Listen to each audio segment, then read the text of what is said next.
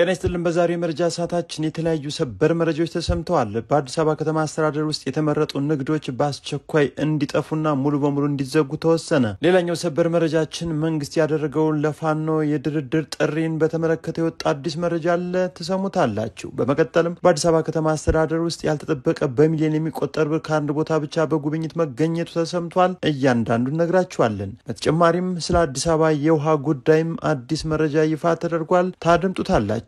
በመቀጠልም የትልቁን ሲሳይ ጨረታ ያሸነፈው ኦዌን ቴሌቪዥን፣ እነዚህንና ሌሎችንም መረጃዎች አብራችሁ ውስጥ ቆይታ አድምጣላችሁ። መልካም ቆይታ ይሁንላችሁ።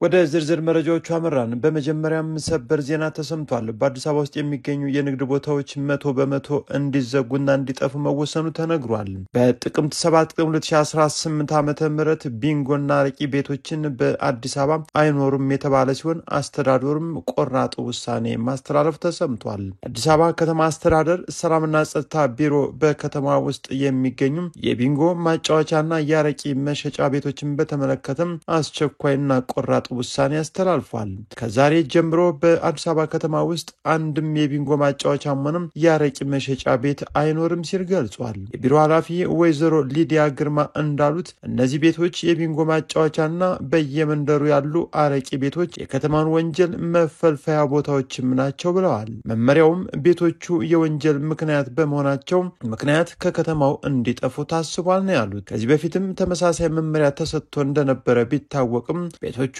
አሁንም በስራ ላይ መሆናቸውም ታውቋል። አስተዳደሩ ግን አሁን በአጭር ጊዜ ውስጥ አዲስ አበባን ከነዚህ ቤቶች ነጻም ታደርጋለች ብሏል። ትዕዛዙን ላለማስፈጸምም የሚከፈል ዋጋ በተመለከተ ወይዘሮ ሊዲያ ግርማ ትዕዛዙን ተፈጻሚ የማያደርጉ ኃላፊዎች ላይም ማስጠንቀቂያ እንዲሁም ይህንን ማስፈጸም ያልቻሉ ኃላፊዎች ደግሞ በስራ ቦታቸው መቀጠል እንደማይችሉ ተናግረዋል። ወደ ቀጣዩ ሰበር መረጃ ስናመራ መንግስት ድርድር ሊያደርግ መሆኑ ተሰምቷል። የአማራ ክልል መንግስት ከታጣቂው ኃይል ፋኖ ጋር እንደሚደራደር በዛሬው ተነግሯል። በአማራ ክልል ያለውን ግጭት በሰላማዊ መንገድ ለመቋጨት ጥረት እያደረኩ ነው ሲል የክልሉ መንግስት አስታውቋል። የአማራ ክልል መንግስት ኮሚኒኬሽን ቢሮ ኃላፊ መንገሻ ፋንታው ለጋዜጣ ፕላስ እንደተናገሩት በክልሉ ያለውን ግጭት ለማስቆም በርካታ ስራዎችን እየሰሩ እንደሆነም ገልጸዋል። በክልሉ ያለው ግጭት ሀብት ንብረትና የሰውን ህይወት ላይ ውድመት እያደረሰ ነው። ግጭቱ እያደረሰ ያለውን ውድመት በማስቆምም የተጀመሩ የልማት ፕሮጀክቶችን ለማጠናቀቅ ግጭቱን በድርድር ለመፍታት እየተደረገ ያለውን ጥረት ተጠናክሮ ቀጥሏል ብለዋል። ግጭቱን በድርድር ለማስቆም እየተሰሩ ያሉ ስራ አሁንም ተጠናክሮ ቀጥሏል ሲሉም ተናግረዋል።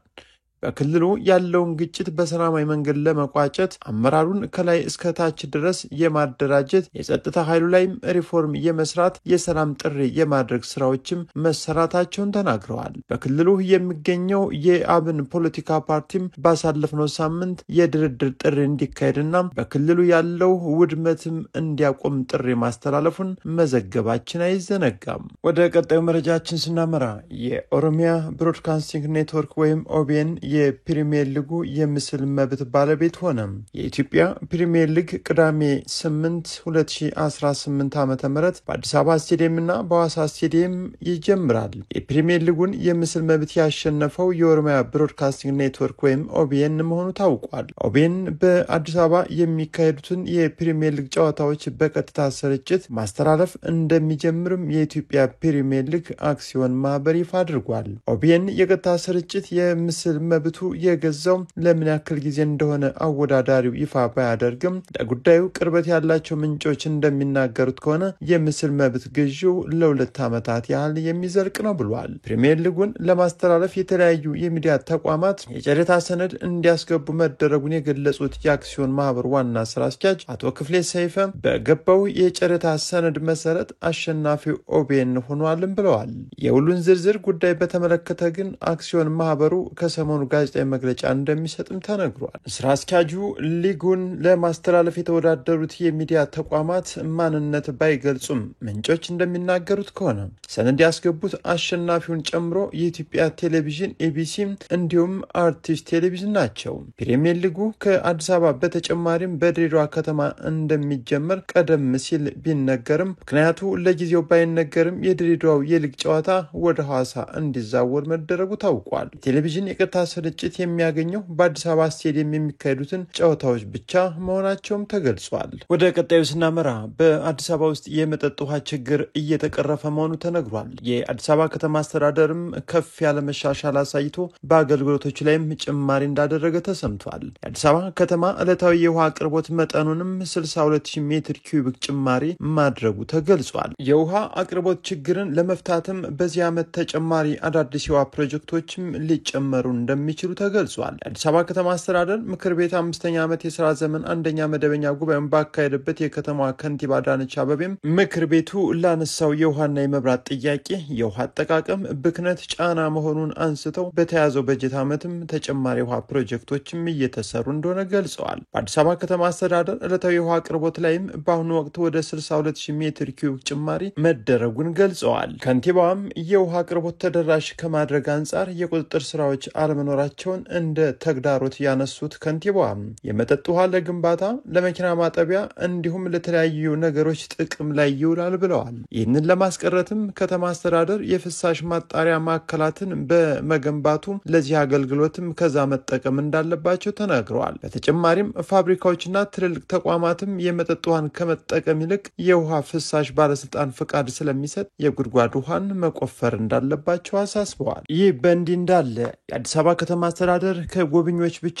በሚሊዮን የሚቆጠር ከፍተኛ ብር ማግኘቱ ተነገረ። ከተማ አስተዳደሩ ይህን ገቢ ያገኘው የአድዋ ድል መታሰቢያ ሙዚየም ወደ ስራ ከገባበት ከአንድ ዓመት ከ9 ወር ወዲህ እንደሆነ ተነግሯል። ታዲያ በአንድ ወራትም ከግማሽ ሚሊዮን በላይ ጎብኚዎችን በማስተናገድ ከ240 ሚሊዮን ብር በላይ ማስገባቱን አስታውቋል። ይህ ሙዚየምም በርካታ ዓለም አቀፍና አገር አቀፍ ኮንፈረንሶችን ለማዘጋጀት የሚያገለግሉ የስብሰባ አዳራሾች እና የመዝናኛ ማዕከላትን እንዳካተተ ገልጸው ወደ ስራ ከገባበት ጊዜ ጀምሮም ባለፉት 21 ወራት የጎብኚዎች መዳረሻ በመሆን እያገለገለ እንደሚገኝ ገልጸዋል። በዚህ ጊዜ ውስጥም ከግማሽ ሚሊዮን በላይ የሙዚየም ጎብኚዎችና የኮንፈረንስ ተሳታፊዎች እንዲሁም የተለያዩ ሰልጣኞች ማስተናገዱን ተናግረዋል። ዋና ዳይሬክተሩ አክለውም በአዲስ በጀት ዓመትም ሙዚየሙ የበለጠ ተጠናክሮ ሀገራዊ አንድነትን ማስፋት ላይም ይሰራል ብለዋል። ለስራውም ስኬት ከሁነት አዘጋጆችና ከሌሎች ባለድርሻ አካላት ጋር በጋራ መስራት ወሳኝ መሆኑንም ገልጸዋል። የአድዋ ድል መታሰቢያ ሙዚየም ስራ ከጀመረበት ጊዜ አንስቶም በተለያዩ መልክ ከፍተኛ አስተዋጽኦ ላበረከቱ የሁነት አዘጋጆች በመድረክ ላይ የእውቅና ሰርቲፊኬትም እንደተበረከተላቸው ገልጿል። በመጨረሻም የሀገሪቱ መንግስት ወደ ሀገር ውስጥ የሚገቡ መነጽሮችን ቀረጥ እንዲያነሳ ተጠየቀ። በአይን መነጽር ላይ የተጣለው ቀረጥም በአስቸኳይ እንዲነሳ በማህበራቱ ተጠይቋል። ለአይን ሕክምና አገልግሎት እንዲውል ወደ ሀገር ውስጥ በሚገባ መነጽር ላይ የተጣለው ታክስ መነሳት ይኖርበታል ሲል የአይን ሕክምና ማህበር ጥያቄ ማቅረቡን ተናግሯል። የኢትዮጵያ የአይን ሕክምና ባለሙያዎች ማህበር ፕሬዝዳንት ማንደፍሮ ስንታየው እንደተናገሩት ወደ ሀገር ውስጥ በሚገባ የአይን መነጽር ላይ ቀረጥ በመጣሉና ዋጋውም ከፍተኛ በመሆኑ በቀላሉ መስተካከል የሚችሉ የአይን ችግሮች በመባባስ ላይ ናቸው ብለዋል። ለህፃናትና ለታዳጊዎች በሚሰጥ መነጽር ላይ ቀረጥ ሊጣልም አይገባም። በህፃናት ላይ የሚከሰት የአይን መንሸዋረር ችግርም በመነጽር ሊስተካከል የሚችል በመሆኑ ይህንን አገልግሎት በወቅቱ ማግኘት ይኖርባቸዋል ያሉት ፕሬዝዳንቱ በትምህርት ቤቶች የአይን መነጽር ማግኘት የሚገባቸው ህፃናት በርካቶች በመሆናቸው የመነጽር አቅርቦት ስርጭትም መሻሻል ይኖርበታል ሲሉ አስታውቀዋል። በዓለም አቀፍ ደረጃ በመነጽር ብቻ